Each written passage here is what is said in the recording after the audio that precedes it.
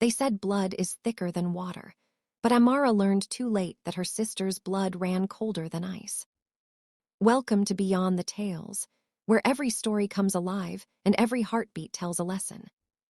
You're about to experience another unforgettable African story, filled with mystery, emotion, and truth. So sit back, relax, and let the story take you beyond the ordinary. Before we begin, don't forget to like, subscribe, and turn on the notification bell so you never miss a new tale. And most especially, tell me where you're watching from in the comments. Is it from America, Europe, Brazil, London, Africa, or anywhere around the world? I'd love to know. Now let's dive into the story, because here on Beyond the Tales, every story breathes, every voice speaks, and every truth shines. Amara and Adanna were sisters, bound by blood but divided by envy. Growing up, Amara was the calm and kind one, the light of every room she entered, while Adanna burned with quiet jealousy. Amara's beauty was simple and graceful, her heart pure. People loved her easily. Adanna was the opposite, beautiful but proud, always comparing, always feeling second best.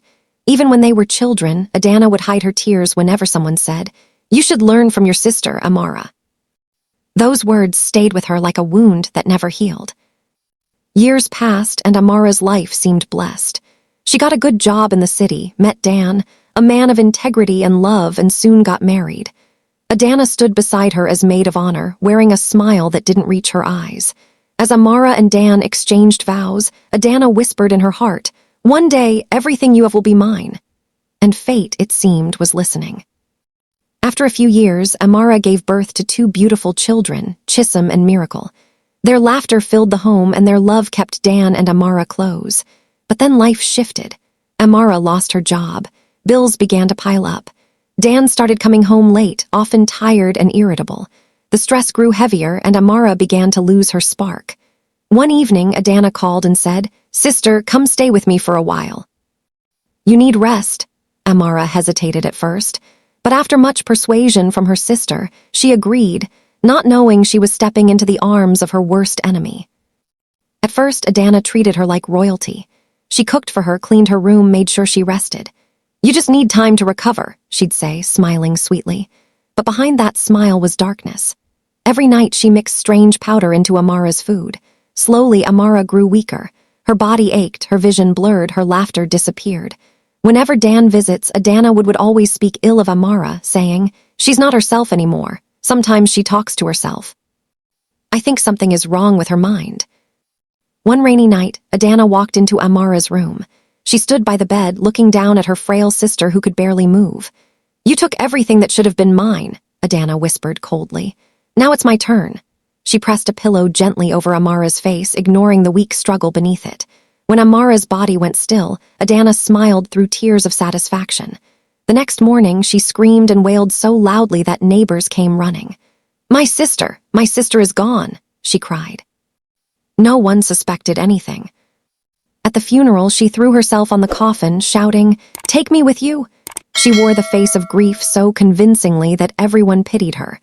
But a few weeks later, she began visiting Dan's house often. "I promise to help you, brother-in-law," she said softly. "For Amara's sake, let me take care of the children." Her kindness seemed endless, and soon Dan began to depend on her. One evening, she prepared a drink for him and added a drop of charm in it, just as the native doctor she visited instructed her. From that night, his eyes saw her differently. The pain of his wife's death began to fade. The charm grew stronger each day, twisting his mind until love replaced grief and Adanna replaced Amara. Within months, Dan married her. She moved into Amara's house, redecorated it, and threw away everything that reminded him of his late wife. She made the children call her Mom, but she never treated them like one. Chisholm and Miracle became her punching bags. If they broke a plate, she beat them.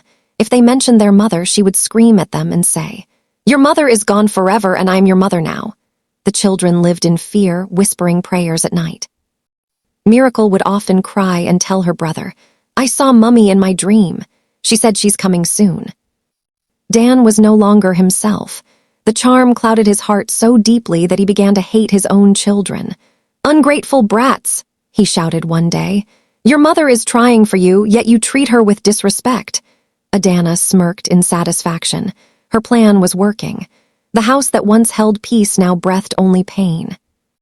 One afternoon, without warning, Dan's elder sister, Enkem, arrived from Lagos. She had loved Amara deeply and was worried about her brother since the funeral. The moment she stepped into the house, she noticed the silence. The children looked weak, their eyes hollow.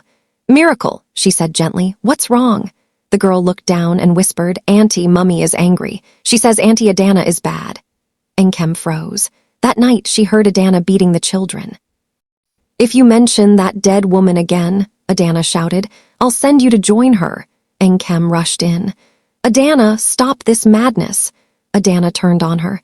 "Stay out of my business, witch. You've always been jealous of me. Get out of my house." Enkem was shocked but said nothing. That night, she knelt in her room and began to pray. "God, something is wrong in this house. Show me the truth.